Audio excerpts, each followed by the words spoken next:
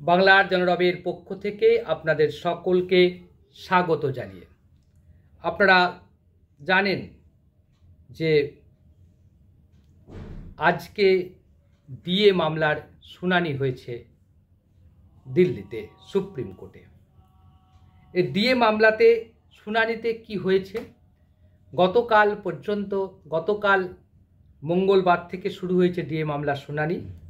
আগামীকালও শুনানি হবে। তারপর সরকারের পক্ষ থেকে যে মতামত দেওয়া হয়েছে সেই মতামতগুলো খুঁটিয়ে দেখে এবং যারা পক্ষে বিপক্ষে উকিলদের বক্তব্য নিয়ে আর খুঁটিয়ে দেখার পর সুপ্রিম কোর্ট একটা রায় প্রদান করবে।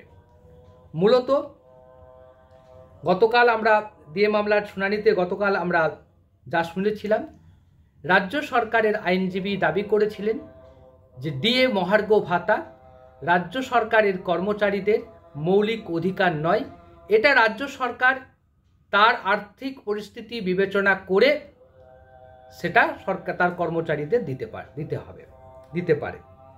কিন্তু আজকে অল ইন্ডিয়া কনজিউমার প্রাইসের যে স্কেল আছে তার ভিত্তিতে ডিএ দেওয়ার দাবি জানিয়েছে সরকারি কর্মচারীদের যারা আইনজীবী তাদের পক্ষ থেকে। বলা হয়েছে যে ডিএ বাধ্যতামূলকভাবে দিতে হবে। সব কথা শুনে আদালতের পর্যবেক্ষণ যে রাজ্য সরকার মহাজনী কায়দায় একের টাকা অন্য জায়গায় খাটাচ্ছে, অর্থাৎ ডিএ টাকাগুলো সরকারি কর্মচারীদের না দিয়ে সেই টাকা অন্যত্রে তারা খরচা করছে, অন্য থেকে তারা বিজনেস করছে, আয় করছে। অর্থাৎ রাজ্য সরকার মহার্ঘ ভাতা নিয়ে অ্যাকচুয়ালি সরকারি কর্মচারীদের সঙ্গে প্রতারণা করছে, এইটাই বলতে চেয়েছে সুপ্রিম কোর্ট।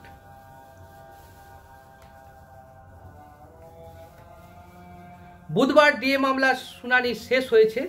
বুধবার মামলাকারী সরকারি কর্মচারীদের মুখে সওয়াল করেন আইনজীবীরা। শুনানিতে ডিএ দেওয়া নিয়ে রাজ্যের অনিচ্ছার কথা জানান তারা। আইনজীবীদের সওয়াল, এখন ডিএ দেওয়ার কথা বলছেই না রাজ্য, নির্দিষ্ট সময় মতো ডিএ দিতে হয়, এটা সরকারের নীতির মধ্যে পড়ে, কিন্তু বকেয়া ডিএ দিতে চায় না সরকার। এরা বলছে এবার দাবি করেছে যারা সরকারি কর্মচারীদের যারা লয়ার তারা বলেছেন সুপ্রিম কোর্টে বকেয়া দিয়ে প্রয়োজনে কিস্তিতে দেওয়া হোক এবং আমরা তাতে প্রস্তুত। এটা বলছে বকেয়া ডিয়াটা কিস্তিতে দেওয়া হোক, তাতে সেটাই আমরা নিতে চাইছি।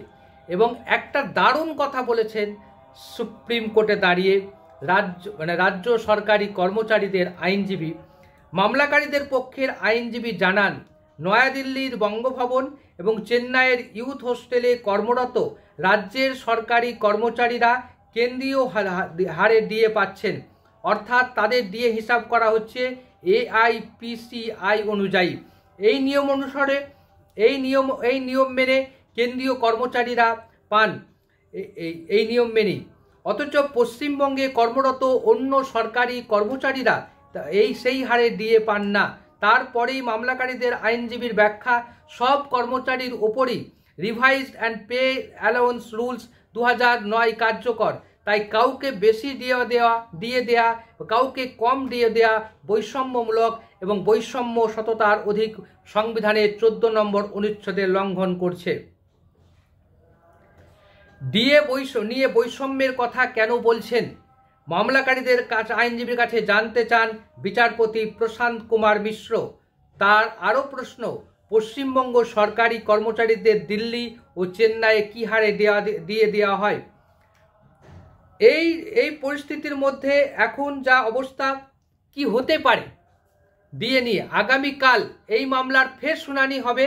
সম্ভবত আগামীকালই এই মামলার চূড়ান্ত রায় প্রদান করা হতে পারে। আপনারা কি ভাবছেন, ডিএ সরকারকে দিতেই হবে? মহার্ঘ ভাতা সরকারি কর্মচারীদের মৌলিক অধিকার নাকি মৌলিক অধিকার নয়?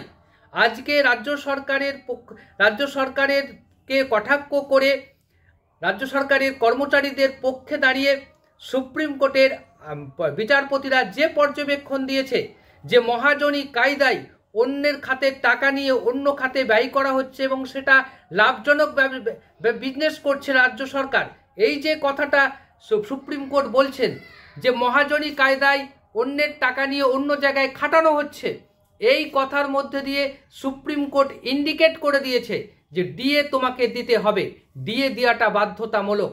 মহার্ঘ ভাতা সরকারি কর্মচারীদের মৌলিক অধিকারের মধ্যে পড়ে। আজকে সরকারি কর্মচারীদের পক্ষে যারা আইনজীবী ছিলেন বিকাশ রঞ্জন ভট্টাচার্য, সুব্রমণিয়াম, এই দুই আইনজীবীর সওয়ালে সাধারণ পারতপক্ষে রাজ্য সরকারের আইনজীবীরা মুখ লুকোনোর জায়গা পাচ্ছিল না। সব মিলিয়ে বলা যেতে পারে যে আশায় বুক বাঁধছে রাজ্যের সরকারি কর্মচারীরা। তারা যেমন ডিএ পেতে চলেছে, ডিএ যেমন মৌলিক অধিকারের মর্যাদা পেতে শুরু করবে, এবং একই সঙ্গে এটাও শুনে রাখুন যে এই যে বকেয়া ডিএ দেওয়ার কথা বলা হচ্ছে তা যে দিচ্ছে না, সেক্ষেত্রে সরকারি কর্মচারীদের পক্ষের আইনজীবী বলেছেন যে প্রয়োজন হলে বকেয়া ডিএ কিস্তিতে দেওয়া হোক, সেটা দেওয়া হবে কি না সেটা রাজ্য সরকার কি সিদ্ধান্ত সেদিকে তাকিয়ে থাকবে আমাদের মতো মানুষেরা। কিন্তু এটাও সত্য কথা যে ডিএ সরকারকে দিতে হবে।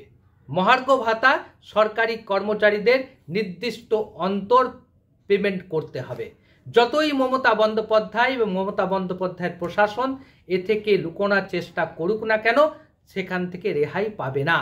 অবশ্যই রাজ্য সরকারি কর্মচারীদের এই মহার্ঘ ভাতার যে লড়াই দীর্ঘদিনের, সেটা সফল হতে চলেছে বলে আমাদের মনে হয়েছে।